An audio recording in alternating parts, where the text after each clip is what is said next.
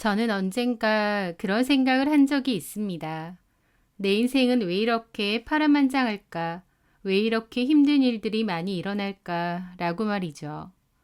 나만 너무 불행한 것 같고, 나만 너무 운이 안 따라주는 것 같고, 평범한 행복은 나하고는 거리가 먼 것 같다는 생각이 저를 사로잡은 적이 있었죠. 그런데 시간이 좀 더 흐르고 지금에서야 돌아보니 저뿐만 아니라 거의 모든 사람들이 그렇게 살고 있다는 것을 깨닫게 되었어요. 모든 사람들에게는 저마다의 사정이 있고 힘든 일과 고통이 있어서 각자의 파란만장한 삶을 견디는 거더라고요. 아, 내 삶이 유난히 그런 게 아니라 삶이라는 것이 원래 그런 것이구나 조금은 알 것 같기도 합니다. 그렇게 많지도 않은 나이에 제가 왜 파란만장이니 뭐니 하냐고요. 저도 나름 유년 시절부터 힘든 일, 슬픈 일을 많이 겪으며 살았거든요. 저는 친할머니 손에서 커왔습니다. 부모님은 제가 초등학교 1학년 때 보고 그 후로는 본 적이 없어요. 엄마, 아빠가 많이 싸우셨던 기억이 어렴풋이 납니다. 정확히는 아빠가 일방적으로 화를 많이 내고 상을 뒤집어 엎거나 물건을 던지고 엄마는 저를 데리고 도망 다녔던 기억도 나요. 그러다가 초등학교 시절 엄마가 집을 나가셨어요. 저한테는 10밤만 자고 데리러 온다고 했는데 엄마는 다시는 돌아오지 않았습니다. 할머니는 너네 엄마가 집을 나갔다며 제 앞에서 길길이 날뛰고 욕을 하셨어요. 그 후로는 아빠와 할머니랑 살았는데 아빠는 저에게 전혀 애정이 없고 무섭기만 했습니다. 대화는 거의 없었고 제 성적표만 확인했는데 성적이 떨어지면 손에 든 걸로 제 머리통을 때리셨어요. 숟가락이면 숟가락, 효자손이면 효자손, 리모컨이면 리모컨으로요.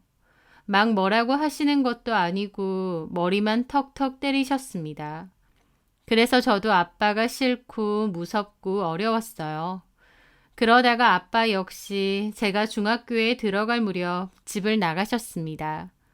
정확히는 재혼을 해서 새살림을 차리려고 나간 거였어요. 저는 두고요. 아빠는 재혼 후에는 거의 저희 집에 오지 않았습니다. 할머니 말로는 멀리 다른 지역에 내려가서 산다고 했죠. 그때부터 저는 할머니와 둘이서 살았는데요. 할머니는 다정다감한 성격이 아니셨고 입도 거친 편이셨습니다. 저한테 감정적인 화풀이도 많이 하셨고 하루에도 몇 번씩 도망간 엄마 욕을 하셨어요. 어렸을 때부터 하도 엄마 욕을 들으니까 저도 엄마가 정말 나쁜 사람인 줄 알았습니다. 할머니는 엄마더러 독한 년이라면서 지 새끼 놔두고 나가서 한 번을 안 오는 거 보라며 니네 엄마도 너한테 정도 없는 거라고 잘 그러셨어요. 제가 생각해도 그랬습니다. 엄마가 저를 사랑하거나 그리워했다면 저를 보러 한 번씩은 올 것 같은데 저는 엄마가 집을 나간 후로 20년간 엄마를 본 적이 없거든요.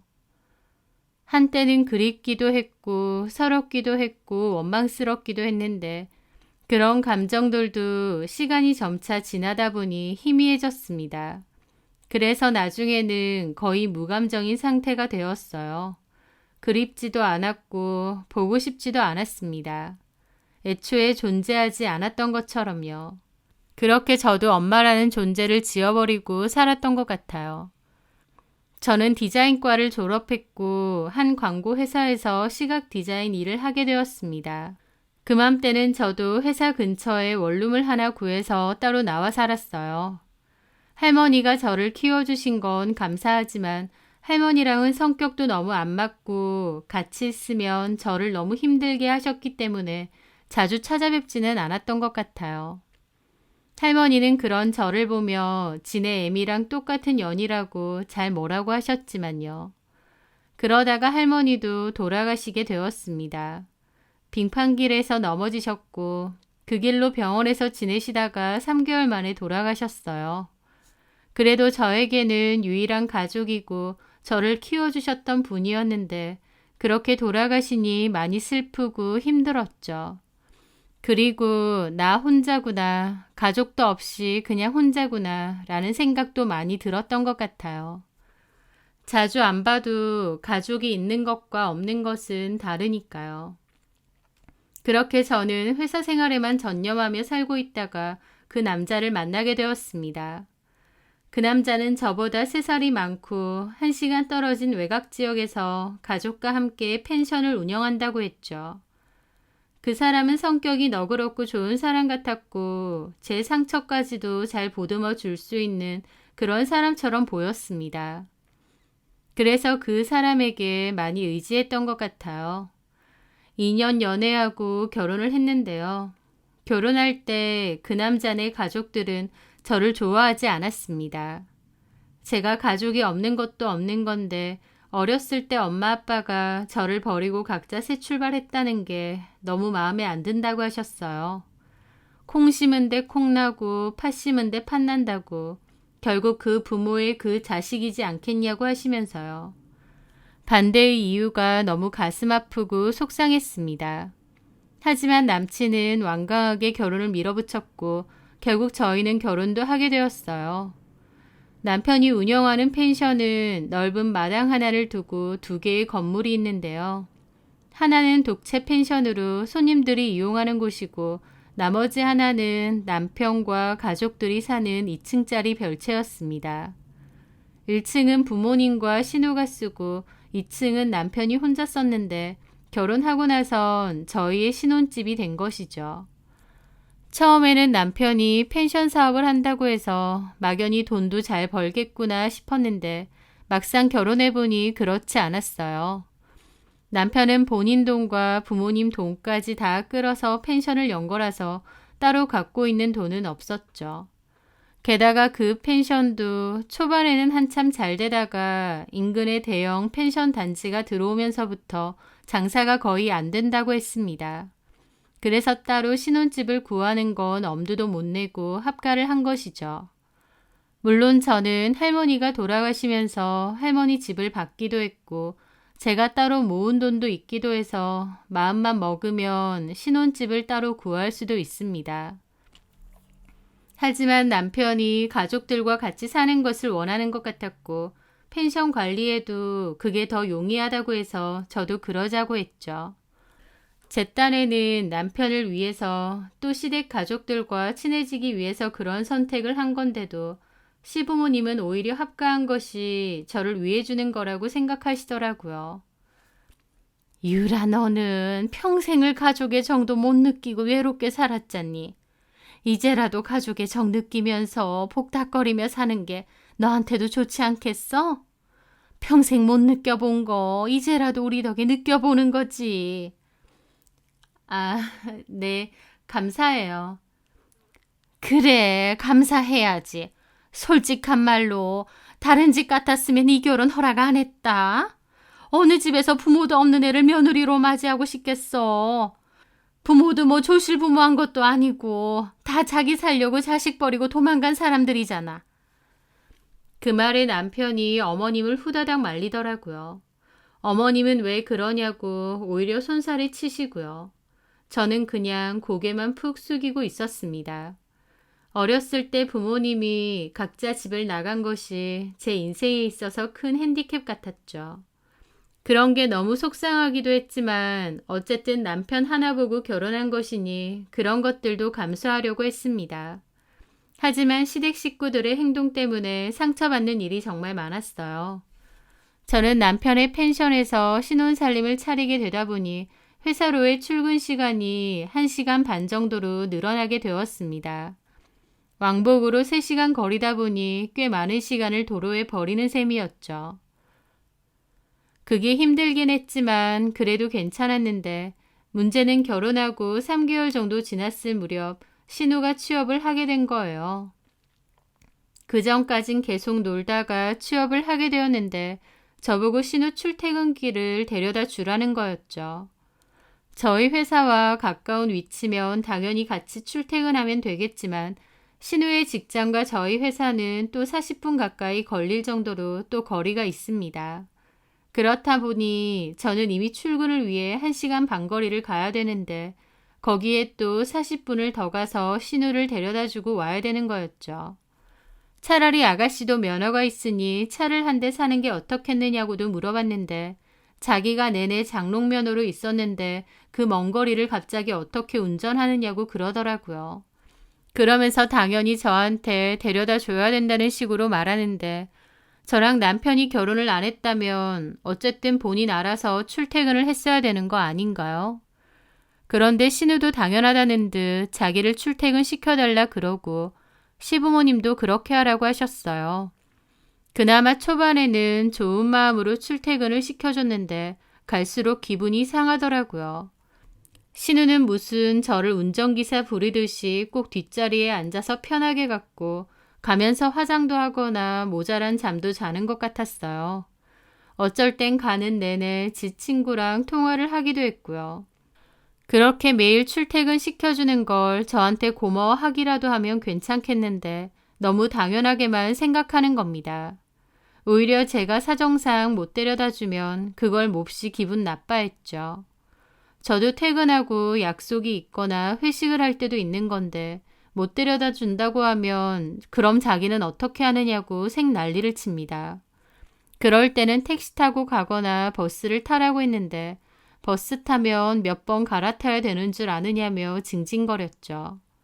게다가 퇴근 시간에도 꼭 저한테 퇴근했으니 오라고 해놓고 막상 가면 10분이고 20분이고 빨리 안 내려오는 거예요. 본인은 내려와서 기다리기 싫으니 일도 안 끝났으면서 미리 연락을 하는 거였죠. 기름값이나 작은 선물은 바라지도 않습니다.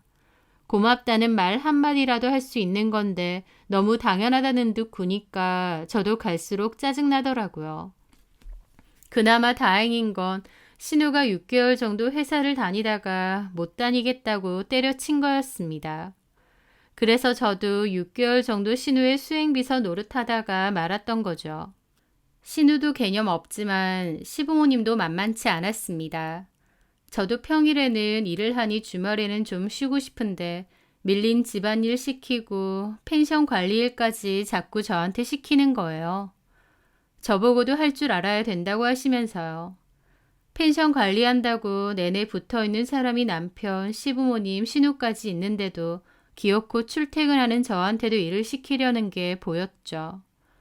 저 부려먹으려고 하는 것까진 다 참을 수 있었는데 가장 못 참겠는 건 필터링도 없이 상처되는 말을 퍼붓는 거였습니다. 저더러 가족들도 없이 평생 외롭게 살다가 이렇게 가족들이랑 한 집에서 북적거리며 사니까 좋지 않느냐, 고맙지 않느냐, 그 말이 저희 시어머니 18번이셨어요. 그리고 일부러 그러는 건지 제 앞에서 괜히 자식 버리고 도망가는 부모들 이해를 못하겠다고 욕을 하시기도 하고 우리 아들이 참 조건 없이 너를 좋아한 것 같다면서 우리 아들한테 잘하고 살아라 그런 소리도 곧잘 하셨죠. 너는 부모가 없어서 그 말을 정말 습관적으로 많이 하셨는데요. 어머님이 그런 말을 하실 때면 마음속으로 참 많이 울었습니다. 내가 기댈 친정이 없다고 저렇게 막말하고 막대해도 된다고 생각하시는 건가 너무 서럽더라고요. 그렇다고 남편이라도 나서서 제 편이 되어준 것도 아니에요. 어머님, 아버님이 그런 말을 하셔도 그냥 모른 척하거나 웃고 넘기고 제가 섭섭하다고 남편한테 하소연하면 남편은 부모님이랑 같이 사는데 얼굴 붉혀서 좋을 게 뭐 있냐고 그냥 한 귀로 듣고 한 귀로 흘리랍니다. 제가 받는 상처는 본인하고는 상관없는 양 행동했기에 남편의 태도에 참 많이 실망하고 가슴이 아팠던 것 같아요. 어쨌든 그렇게 시간은 흘러 2년 정도 되었을 무렵 저는 한 통의 전화를 받게 되었습니다. 어떤 남자였는데 그 남자는 자기를 삼촌이라고 하더군요. 저희 엄마의 오빠라는 거였죠. 저희 엄마는 애초에 반대하는 결혼을 하셨었고 그 때문에 친정하고는 인연을 끊으셨대요. 저는 그래서 자라오면서도 외가댁 식구들 얼굴을 본 적이 없습니다. 그런데 갑자기 전화가 와서 삼촌이라고 하니 놀랍기도 하면서 한편으론 보이스피싱 같은 건가 의심도 됐어요. 하지만 그분은 본인 이름도 밝히고 저희 엄마 이름도 알려주고 제 이름도 아시더라고요.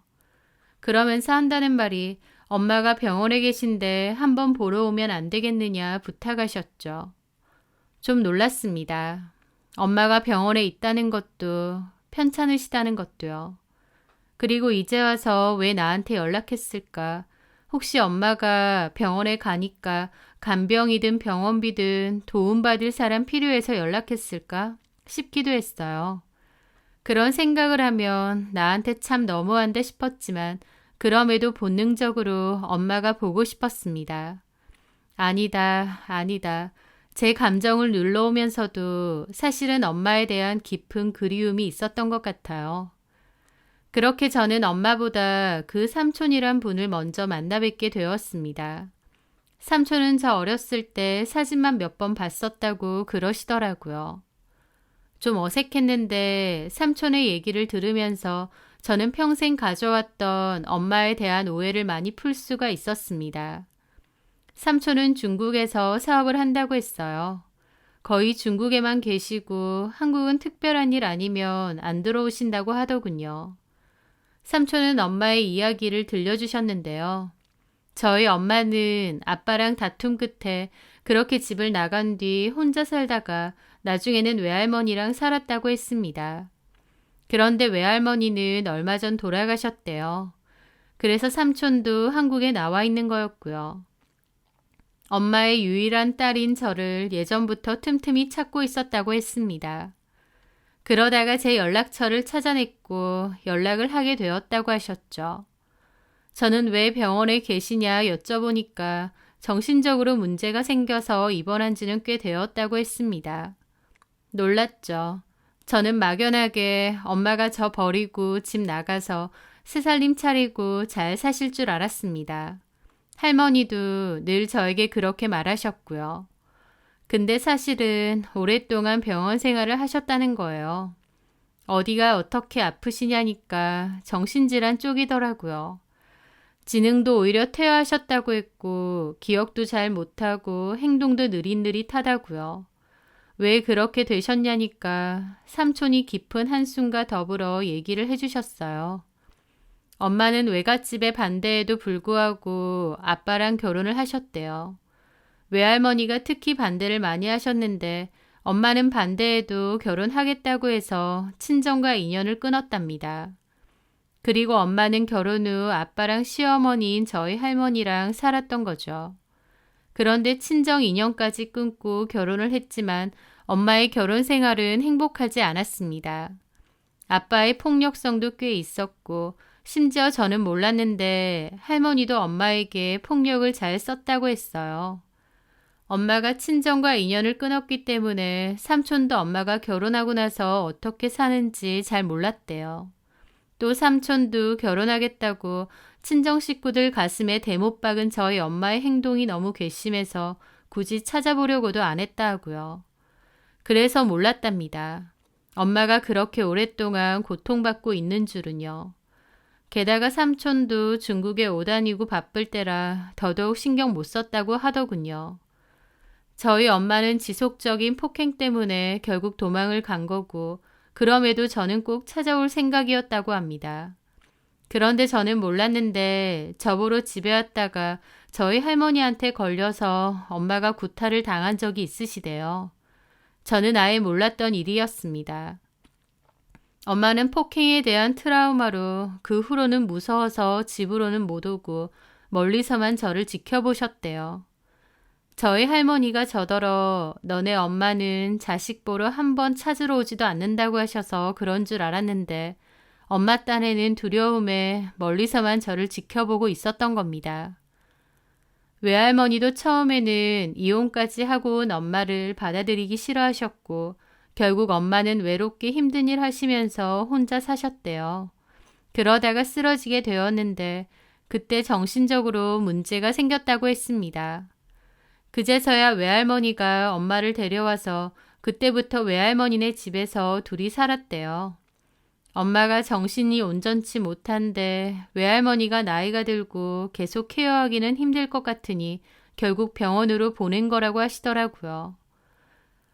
병원에 엄마 입원시키고 외할머니가 오며 가며 엄마를 돌봤는데 그러다가 외할머니도 얼마 전에 돌아가셨다고 했습니다.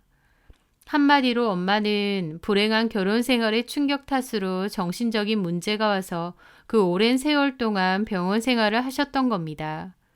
그나마 엄마가 저는 어렴풋이 기억하신다고 하더라고요. 저 어렸을 때를요. 저는 삼촌에게 그 모든 얘기를 다 듣고 큰 충격에 빠졌습니다. 제가 평생 알고 살아온 것과 너무 다른 얘기였으니까요. 저희 할머니는 저에게 저희 엄마가 완전 배겨우고 남자랑 바람나서 집을 나간 것처럼 얘기를 하셨어요. 그 남자랑 살림 차리고 애 낳고 잘 살고 있을 거라고, 저는 다 잊었을 거라고 하면서요. 저도 그럴 거라 생각했는데 아니었습니다. 엄마는 오랫동안 병원에서 차가운 벽을 바라보며 외롭고 쓸쓸하게 지내셨던 거예요. 그 생각을 하자 눈물이 막 쏟아지고 얼굴도 흐릿하게 기억이 안 나는 엄마가 너무 가엾더라고요. 삼촌은 엄마가 정신줄을 놓기 전 썼던 일기장을 저에게 주셨습니다. 그 일기장에는 엄마의 고단한 삶과 불행했던 결혼 생활, 그리고 제 얘기가 가득했어요. 제가 보고 싶고 미안하고 그립다고, 돈을 열심히 벌어서 저를 꼭 데리고 오고 싶다는 얘기가 참 많았습니다. 그걸 보고 저는 한참이나 꺼이꺼이 울었어요. 오랫동안 삭히고 또 삭혔던 엄마에 대한 감정이 터져 나오는 기분이었죠. 삼촌은 20년 동안 찾아올 수 없었던 엄마를 용서하라고 하셨고 저를 엄마가 계신 병원에 데리고 가셨어요. 거기서 엄마를 만났는데 엄마는 나이가 그렇게 많지도 않건만 머리가 새하얗게 변해 있고 훨씬 나이 들어 보이는 모습이었습니다. 할머니 나이도 아닌데 꼭 할머니처럼요. 그걸 보는데 또 눈물이 나고 저를 보고도 누군지 몰라서 낯설어하는 모습이 또 눈물이 나고 하여튼 계속 울었던 것 같아요. 저는 엄마에게 자주 오겠다고 약속했습니다. 엄마는 제 말을 알아듣는 건지 알겠다고 했다가 잠시 후에 누구냐고 했다가 오락가락 하시더라고요. 그럼에도 제가 다시 온다고 기다리시라고 하니 알겠다고 끄덕이셨습니다. 그 후로 저는 퇴근하고 엄마의 병원으로 늘 찾아갔어요. 엄마는 저를 잘 알아보지도 못하고 멍할 때가 많으셨지만 저는 엄마의 얼굴을 보는 것만으로도 너무 행복하고 좋더라고요. 자식들이 오히려 엄마를 더 짝사랑한다는 말도 있다는데 그게 아마 제 얘기인 것 같습니다. 엄마가 아무것도 안 해도 그냥 보는 것만으로도 좋더라고요. 그렇게 저는 엄마의 병원을 오다녔고 당연히 남편과 시댁 식구들에게도 엄마의 존재를 알렸습니다. 엄마가 나를 버린 게 아니라 아파서 못 찾아오신 거다. 병원에 계셨다는 얘기를 했죠. 저희 엄마가 저버리고 갔다고 저 무시하던 시부모님도 진실을 알게 되면 함부로 말했던 것에 대해서 조금은 미안해하실 줄 알았습니다. 그런데요, 제 예상과는 전혀 딴판이었어요. 오히려 엄마가 병원에서 장기 입원해 있고 정신이 온전치 못하다는 얘기를 들으니 저희 엄마의 존재를 더 싫어하셨거든요. 행여나 아픈 저희 엄마 때문에 자기들이 피해를 볼까봐 질색하는 느낌이었죠. 특히 어머님은 저에게 장기 입원이면 병원비 같은 건 어떻게 하냐며 네 월급으로 낼 생각이냐고 따지셨습니다. 저희 외할머니가 엄마에게 물려주신 돈도 있고 삼촌도 있으니 걱정 말라고 말씀드렸어요. 그럼에도 못 믿겠다며 생활비를 병원비로 쓰기만 해보라고 으름장을 놓더라고요. 남편 돈도 아니고 제가 벌어서 저희 엄마 병원비 내겠다는데 도대체 어머님이 왜 저렇게 도끼 눈을 뜨는지 이해가 안 됐습니다. 게다가 시부모님은 제가 엄마 병원 갔다가 늦게 들어오는 것도 마음에 안 들어 하셨어요. 저한테 집안일 시키고 부려먹어야 되는데 제가 매일 늦게 오니 마음에 안 들었던 거죠. 그래서 저에게 아무리 엄마가 아프다고 해도 너는 결혼한 여잔데 이렇게 시댁 식구들한테 무관심하면 안 된다고 뭐라고 하셨습니다. 하지만 저는 그맘때 엄마를 챙겨드릴 생각뿐이었고 이기적이고 못된 시댁 식구들한테도 정이 너무 떨어져 있었어요. 그래서 시모가 뭐라고 하든 말든 한 귀로 듣고 한 귀로 흘려버리고 제가 하고 싶은 대로 했습니다. 다른 것도 아니고 저희 엄마 보러 가겠다는데 왜 저렇게 난린지 모르겠더라고요.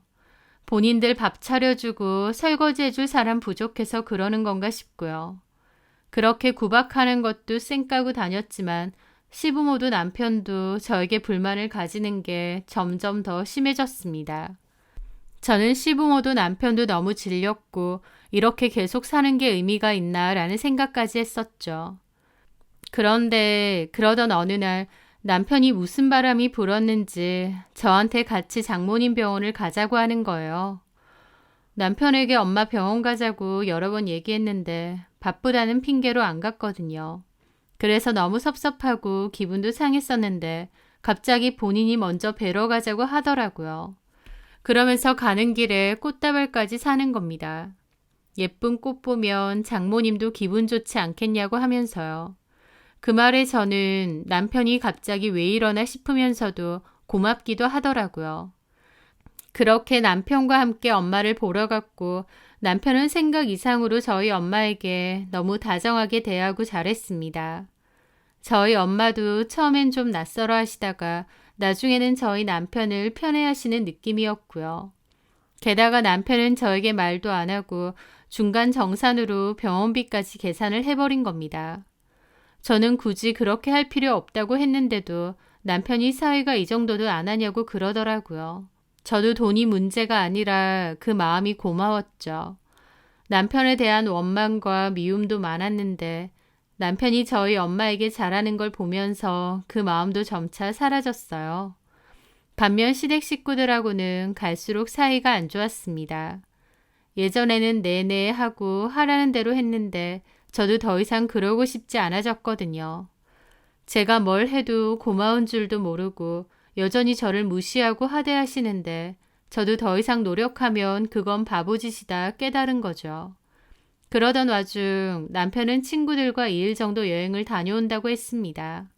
자전거 동호회 친구들이라고 했고 가고 싶어 하길래 다녀오라고 했어요. 그런데 그 짧은 기간 동안 그 사달이 일어났습니다.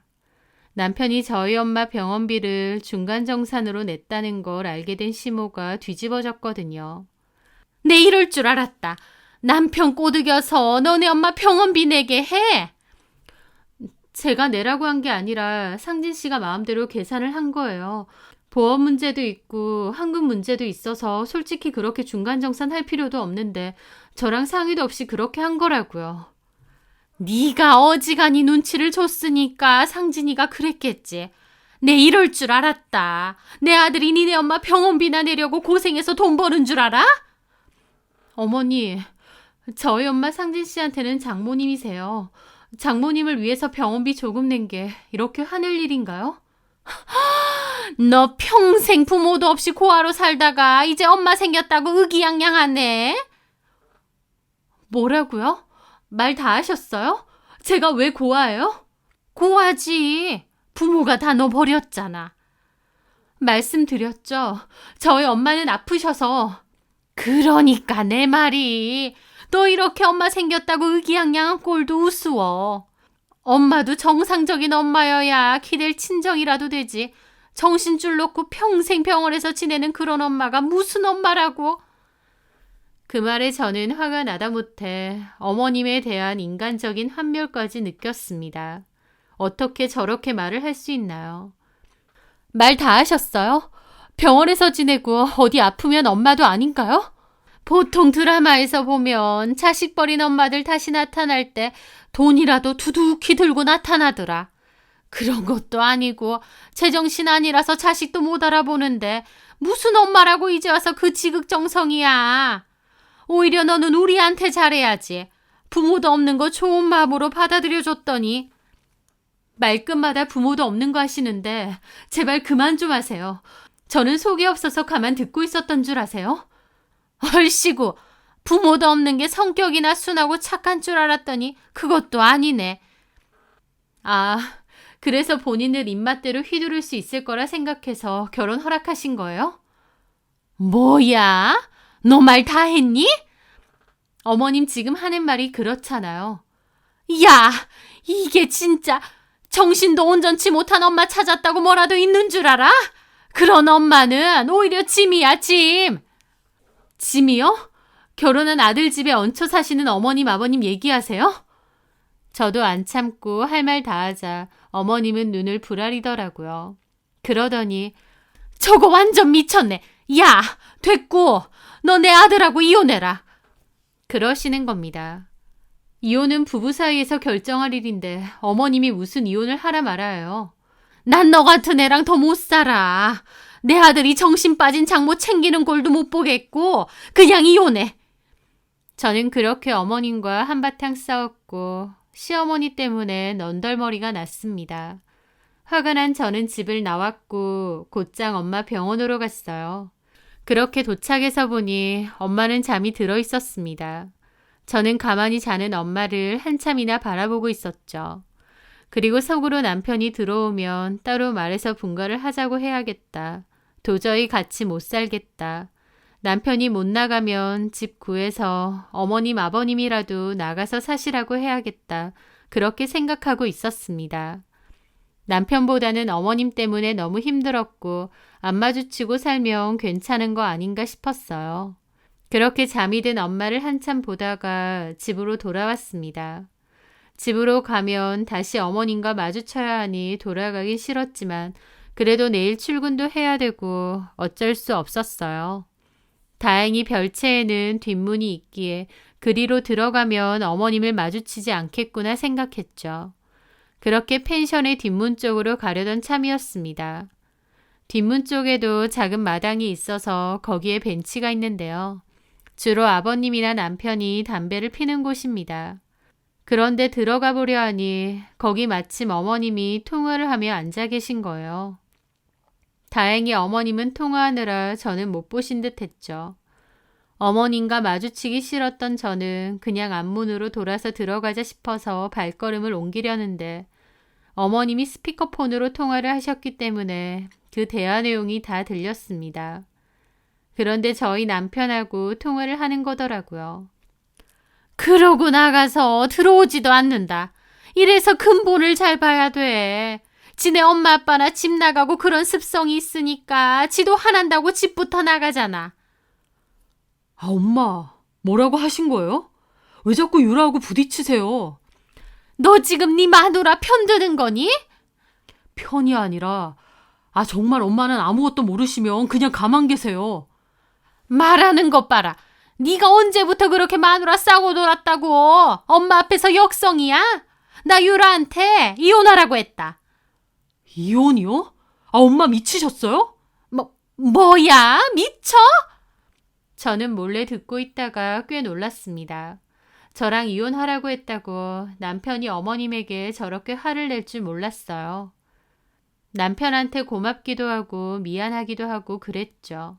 하지만 잠시 후 남편이 꺼낸 말을 들은 저는 고마움과 미안함이 치떨리는 분노의 감정으로 뒤바뀌었습니다.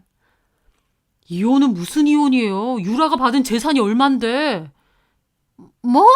그게 뭔 소리야? 얼마 전에 죽었다는 유라 외할머니. 그 외할머니가 죽으면서 남긴 집하고 재산이 꽤 되는데 그걸 유라 삼촌이 장모 몫으로 반 떼가지고 유라를 주겠다고 했대. 장모는 정신이 온전치 못하니까 유라한테 준다고 한 거야. 그걸로 너네 엄마 모시고 살아달라고. 그 말에 어머님도 놀라시더라고요. 그게 진짜야? 아니, 재산이 뭐 꽤 있어? 유라네 외할머니가 살았던 집도 50평짜리 아파트라 그러고 갖고 있는 부동산도 있고 꼬마 상가도 하나 있대. 현금 자산도 좀 있나 봐. 그 삼촌이 집은 유라 가지라고 했고 나머지 재산에서 자기 목 계산해서 빼고 유라 준다고 했던 거야. 어차피 자기 여동생 누가 돌보기는 해야 되니까 조카한테 유산 반 넘긴 거지. 엄마도 알잖아. 우리 펜션 요새 손님도 없고 대출도 못 갚아서 호덕이는 거. 나 진짜 죽을 맛인데 내가 그 얘기 몰래 듣고 얼마나 기뻤겠냐고. 너는 그걸 어떻게 들었는데? 저번에 그 삼촌이란 사람 한번 찾아왔잖아. 유라랑 따로 얘기할 때 몰래 들었지. 유라도 알겠다고. 자기가 그걸로 엄마 잘 모신다고 그랬고. 아니, 유라 걔는 그런 말을 왜 나한테 일절 안 하냐? 진짜 무섭네, 걔. 무섭든 말든 나한테는 걔가 필요하다고. 아니 걔가 갖고 있는 돈이 필요하다고. 근데 이혼이라니. 엄마는 왜 그딴 소리 하냐고. 일단 나 지금 거의 다 와가니까 전화 끊어요. 남편의 호통에 어머님도 아차 싶은 얼굴이더라고요. 그걸 듣는 저는 배신감이 몰려왔죠. 어쩐지 저에 대한 남편의 행동이 어느 순간 확 바뀌었다 싶었는데 그게 저와 삼촌의 대화를 엿듣고 나서부터라니. 정말 소름 끼치고 저것들이 인간들인가 싶더라고요. 그저 돈만 보고 진심과 다르게 연기하고 행동했다는 거잖아요. 막말하는 시어머니나 돈 때문에 와이프 이용해 먹으려는 남편이나 그 집 식구들에게 정말 지긋지긋하고 치가 떨렸습니다. 저는 그렇게 일을 가며 집으로 들어왔습니다. 그리고 제 짐부터 챙겼어요. 오냐, 이혼도 해주고 이 집에서도 나가주마. 이를 아득바득 갈고 너무 화가 나 눈물까지 났습니다. 저는 나가려고 제 짐을 캐리어에 싸고 있는데 누가 노크를 하는 거예요. 그러더니 어머님이 들어오더라고요. 제가 짐을 싸고 있으니 기야만 표정을 지으면서 저를 말리는 겁니다. 유라야, 너 뭐 하는 거야? 짐을 왜 싸? 놓으세요. 너 아까 나랑 좀 싸웠다고 짐 싸는 거야? 이러지 말자. 어머님은 남편과 통화하고 나서 말투부터 달라졌더라고요.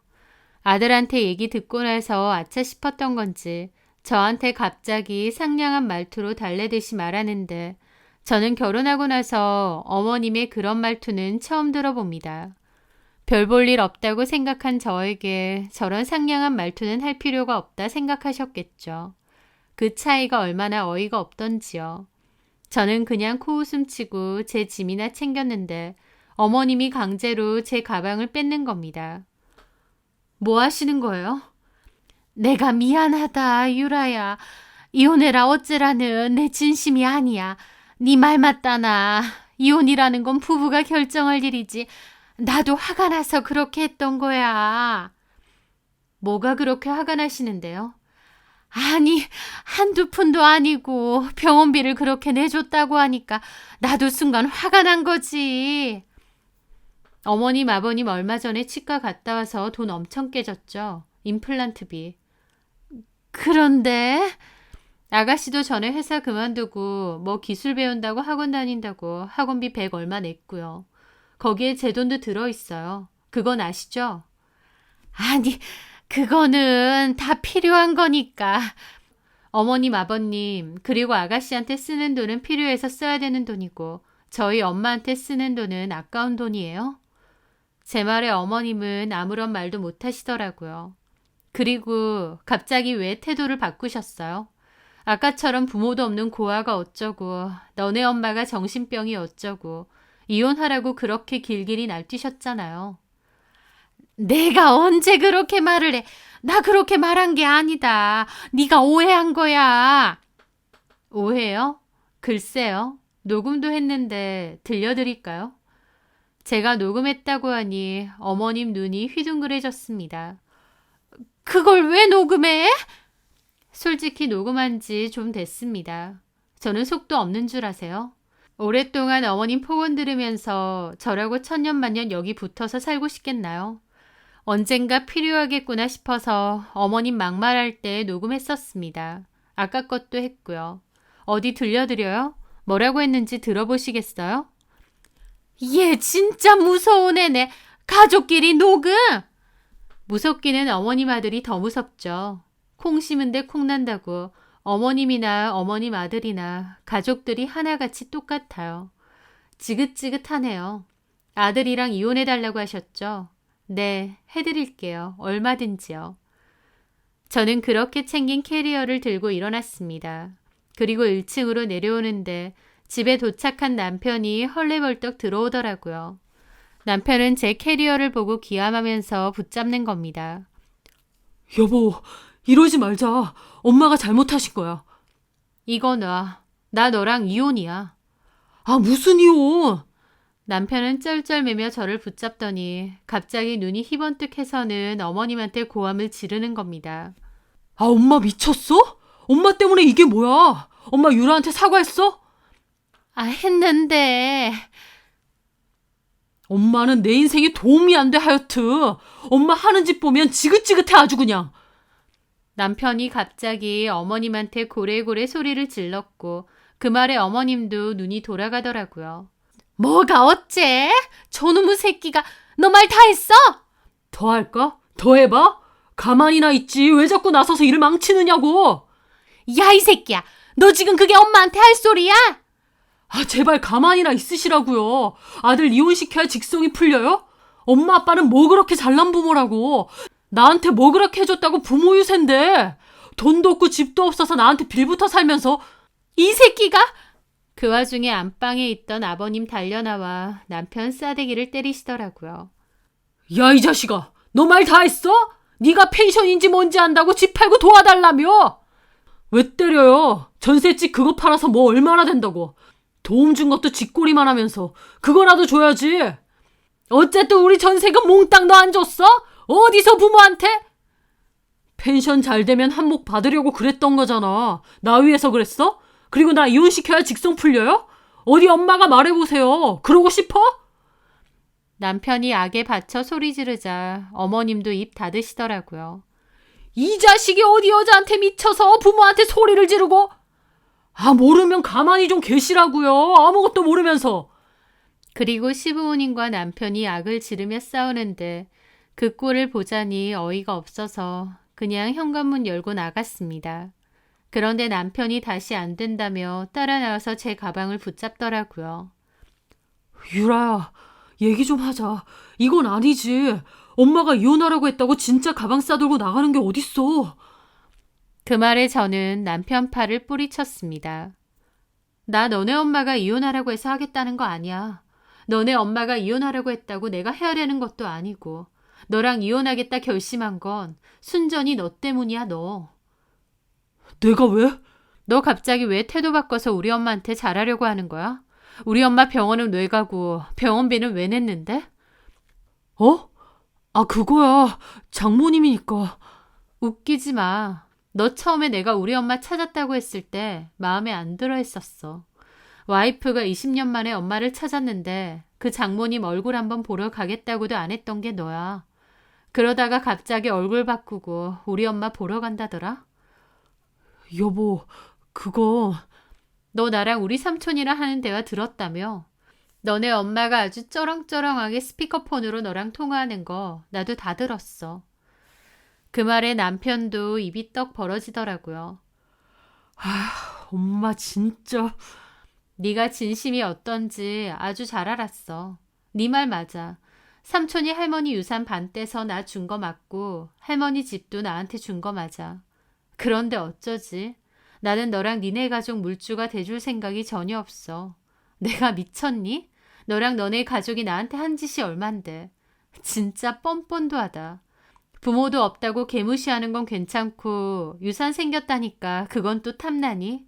정말 징글맞다. 저는 남편을 노려보고 제 차 안에 짐을 넣었습니다. 그리고 바로 출발했습니다. 남편은 저를 말리지도 못하고 어정쩡하게 있다가 화난 얼굴로 다시 집으로 들어가더라고요. 지네 엄마한테 또 퍼부을 작정인가 본데 웃기지도 않습니다. 지네 엄마도 잘한 건 없지만 결국 본인이 저열한 속내 때문에 이혼당하는 건데 그걸 왜 지네 엄마 탓으로만 돌리고 있는지. 사이드 미러 뒤로 펜션이 보이는데 아주 지긋지긋하더라고요. 그렇게 저는 삼촌에게 받았었던 외할머니네 집 열쇠로 그 집에 들어갔고 그 집에서 생활을 했습니다. 남편에게는 이혼 서류 보냈고 일주일 동안 답변 없을 시 소송 들어간다고도 했죠. 그리고 출퇴근하며 퇴근길에는 엄마를 돌봤어요. 남편 놈은 그 와중에 엄마 병원을 자꾸 찾아오고 이혼만은 말자고 하는데 정말 지긋지긋하더라고요.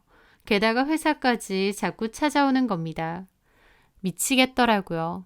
저는 고민 끝에 회사는 사직서를 냈습니다. 그리고 엄마를 퇴원시키고 집으로 모셔왔어요. 사실 그럴 생각은 조금씩 하고 있었습니다.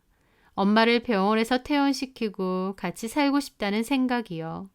하지만 저도 회사를 다니다 보니 낮 시간 동안 엄마를 보기가 힘들 것 같았는데 자꾸 회사며 병원으로 찾아오는 남편 놈도 지긋지긋하고 저도 엄마랑 시간을 많이 보내고 싶더라고요.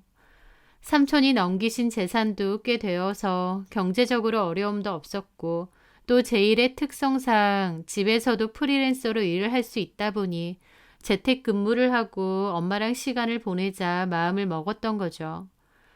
그렇게 저는 회사도 퇴사를 하고 엄마도 퇴원 처리 후 집으로 모셔왔습니다.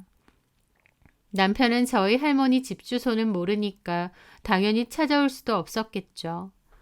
이혼 안 하겠다고 버티길래 결국 소장 보냈고 어머님 막말을 증거로 혼인 파탄의 책임을 묻는 위자료 소송까지 했습니다. 남편은 가뜩이나 펜션 영업도 안 돼서 힘든데 자기한테 어떻게 이렇게 할 수 있느냐 징징거리던데 지네 가족이 지가 저한테 어떻게 했는지는 모르고 징징거리는 꼴이 아주 우습더라고요. 저는 남편에게 앞으로 모든 할 얘기는 변호사 통해서만 하라고 했고 더 이상 개인적인 연락도 안 했습니다. 그리고 저는 엄마를 집에 모셔와 함께 지냈어요. 저에게는 엄마를 간병하고 함께 있는 일이 그리 힘들지 않았습니다. 아주 오랫동안 엄마를 가슴에 품고 살면서 그리워하며 살았기 때문에 이렇게 매일매일 같이 있는 게 오히려 너무 좋더라고요. 아닌 척 묻어두고 살았지만 사실 저는 엄마가 너무너무 그립고 보고 싶었던 것 같아요. 그래서 엄마랑 같이 시간 보내고 산책도 하고 밥도 먹고 그런 시간들이 다 좋더라고요. 엄마도 초반에는 병원에서 나와서 집에서 적응하려니 힘들어 하셨는데 적응하고 난 다음에는 저랑 한시도 안 떨어지려고 하셨어요. 제가 일하고 있으면 옆에 와서 가만히 앉아 계셨고 산책 가자, 슈퍼 가자 잘 그러셨죠. 저는 마치 어린아이를 돌보듯 엄마를 돌보며 그렇게 지냈고 어딜 가든 엄마와 함께 시간을 보냈습니다. 여의치 않을 때만 기관의 도움을 조금씩 받고요. 제 지인들이 저에게 엄마 간병하느라 고생이 많다는데 저는 오히려 고생스럽지 않고 좋다고 그랬습니다. 20년 동안 함께하지 못했던 시간을 이제야 함께하는 것 같거든요. 그 와중에 이혼 소송도 잘 진행이 되었고 남편과 시댁 식구들의 유책을 인정받아 이혼 성립도 되었습니다. 게다가 제 생각보단 좀 적긴 해도 위자료도 받아낼 수 있었고요. 남편과는 겨우 이혼을 할 수 있었고 저는 홀가분하게 엄마와의 생활에만 집중을 할 수 있게 되었어요. 저는 남편과 전 시댁 식구들에게 애정도 관심도 모두 사라졌기 때문에 그 사람들이 어떻게 살던지 관심도 없습니다. 하지만 들려오는 소문에 의하면 결국 펜션은 문을 닫았다고 하더라고요.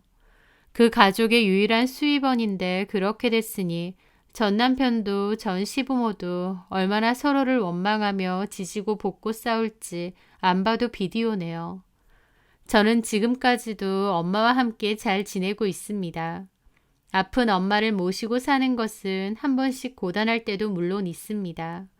저랑 내내 붙어 있으려는 엄마 때문에 제 개인 생활도 많이 없어졌고요. 하지만 저는 그런 부대낌조차 한 번씩은 오히려 행복으로 느껴지기도 합니다. 엄마랑 살 부대끼며 느끼는 이 고단함조차도 내가 사실은 너무 느껴보고 싶었던 감정이었겠구나 싶거든요. 그리고 저를 그리워하며 저 어렸을 때의 기억에 갇혀서 가엾게 살아온 엄마를 위해서라도 제가 후회 없이 더 잘하면서 살고 싶어요. 엄마와 저 두 사람 남은 세월 이렇게 서로 의지하며 못다한 추억 많이 만들며 살아가려 하네요. 제 사연 들어주셔서 감사합니다.